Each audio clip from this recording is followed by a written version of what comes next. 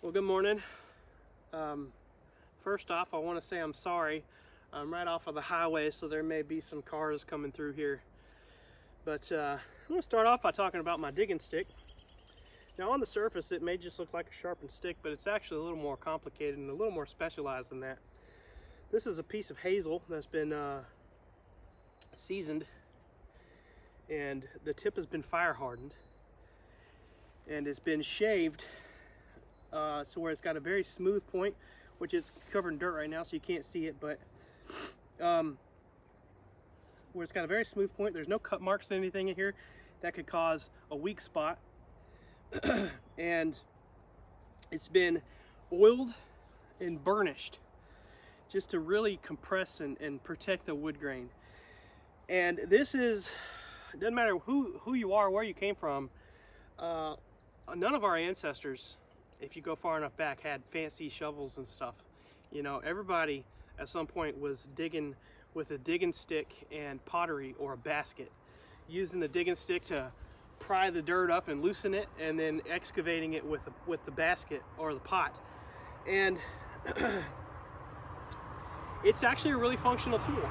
And, you know, to me, there's just something beautiful about a nice digging stick. I mean, it's kind of like using a coffee can over like a store-bought camping pot, you know? It's just something romantic about it. It's kind of hard to explain, but if you're into this kind of stuff, you probably know what I'm talking about. But anyway, the reason I've got it with me today is I've been waiting a whole year to come out and harvest some of this plant right here. This is Camas. Sorry, I'm going to try to edit out all these cars. This is Camas. And there's two different types of Camas in Oregon. And I'm going to be completely honest with you. I'm not sure which one I'm looking at here. There's common Camas and greater Camas. But I know as long as it has these purple flowers, it's good to eat. Now this grows all over the West Coast, from British Columbia all the way down to California. And it was a major food crop for the Kalapuya in this area, as well as lots of Native Americans all over the West Coast, and it was traded into the interior. So it's really valuable. And back in the day, they would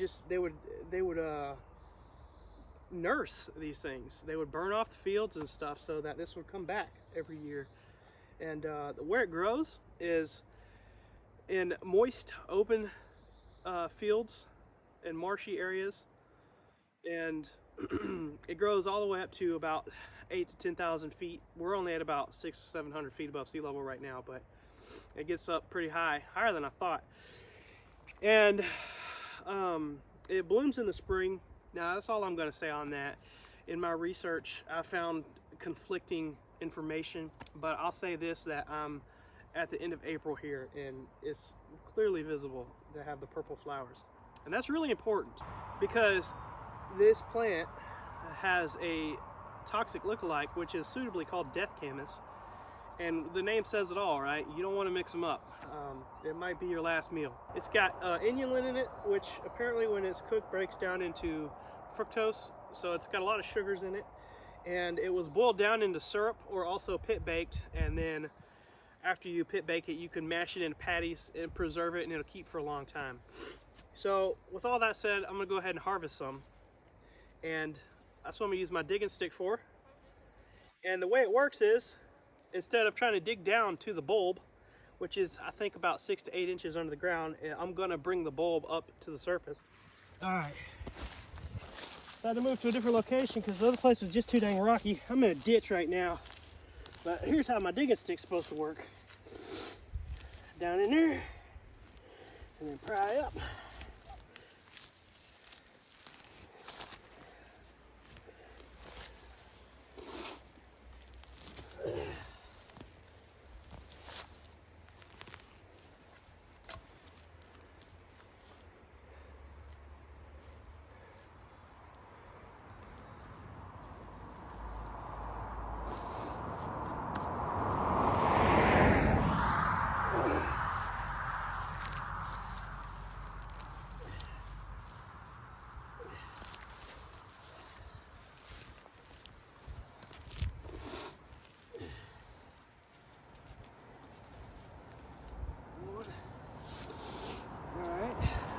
third one here. It's got a couple bulbs here. Not huge, but big enough to try. Okay, so it's been a couple days, but here's the Camas that I gathered. And most of the information that I've got for learning how to forage this has come from 4 different sources. 2 of those being these books here, Foraging the Mountain West by Thomas Uppel, Edible Native Plants of the Rocky Mountains by H.D.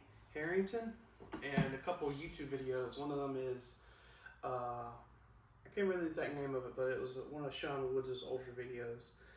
And another one, I should have wrote it down. I can't remember the name of it either, but I'll put links for both of them in the description. So let's just take my book here and just verify that I'm looking at Camas and not a lookalike that I'm not aware of. So, Camas is a perennial plant with basal linear leaves and a layered onion-like bulb. Okay, so let's look at that. As I understand it, the linear leaves is referring to the veins in the leaves, and if we look at them, you can see, hopefully, that they are linear. They go in a straight line all the way to the end of the leaf, which are basal, coming out in a, I wouldn't call it a rosette, with an onion-like bulb that has no odor. Doesn't smell like anything.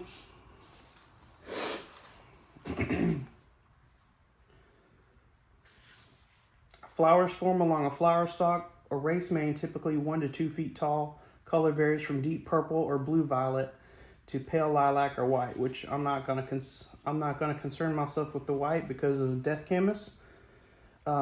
So these are all purple to blue. You can see here there's purple to blue, just like that, with 6 stamens.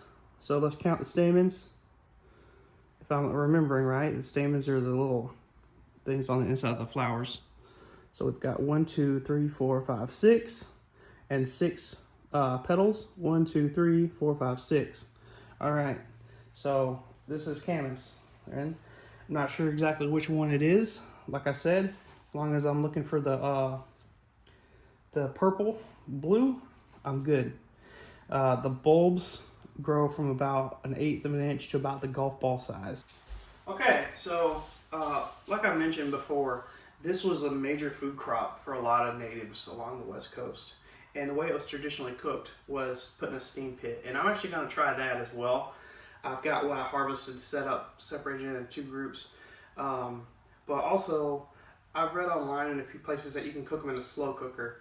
Now they're going to have to be in here for about 3 days, but you can do it. And the first thing I want to do is go ahead and take them over to the sink, get them all cleaned up. Okay, so after all that, that's what we ended up with. Not a whole lot there, but you know, I'm just trying them right now, so we can always come back and harvest some more later, hopefully. But just going to go ahead and dump them in the crock pot.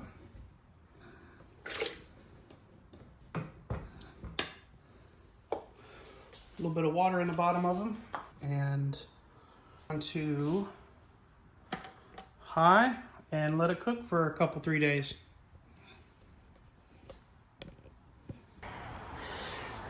Okay, well, looks like I forgot to turn the camera on. So just to recap what I've done, you can see these rocks are red hot here.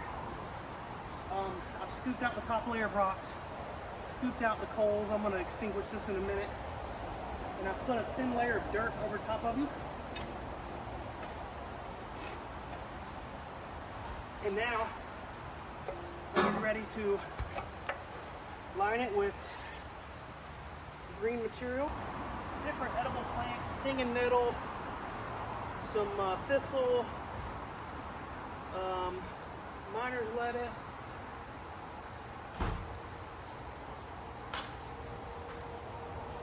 a couple other things, and it's already starting to steam. Thimbleberry leaves. Now, got that done, I will put my Camas bulbs in the center here. and they'll stay there in the center. Wish I had something to put them in, but at the moment I don't. So now to put another layer of material over the top. Try something here, maybe this will help them out.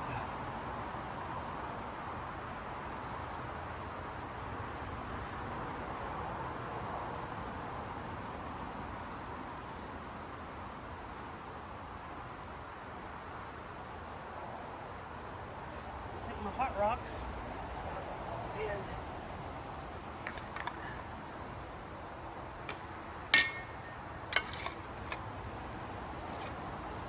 so, all right, we got them all cooked, and these are the bulbs from the crock pot.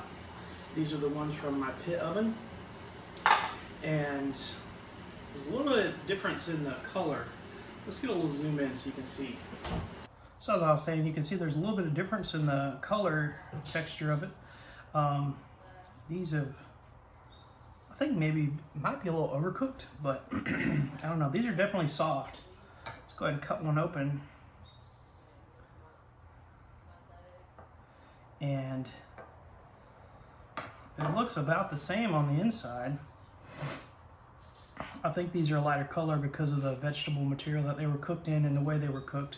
Let's go ahead and try a piece of this. I'm gonna try the little one just in case I don't like it. I'm actually kind of a picky eater.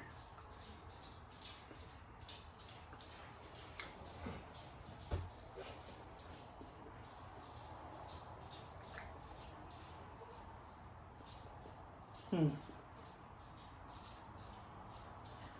thought it would be softer. As far as the taste goes,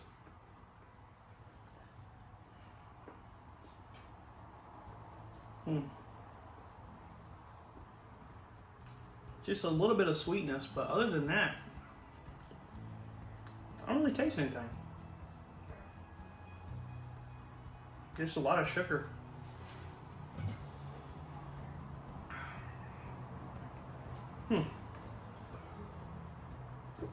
Interesting.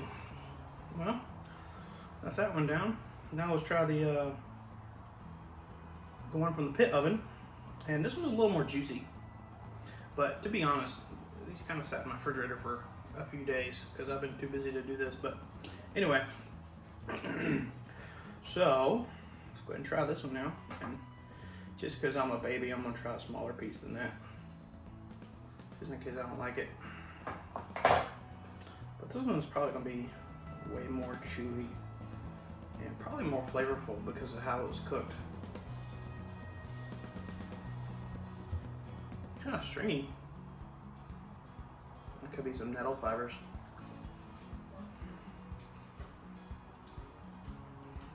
It tastes better than the one from the crock pot.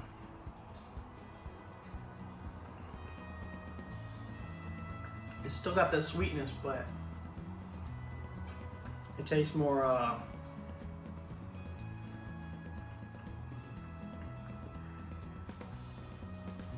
can't describe it, but you can definitely taste the stuff that I steamed it in. It's not bad. Got a little bit of grit in there.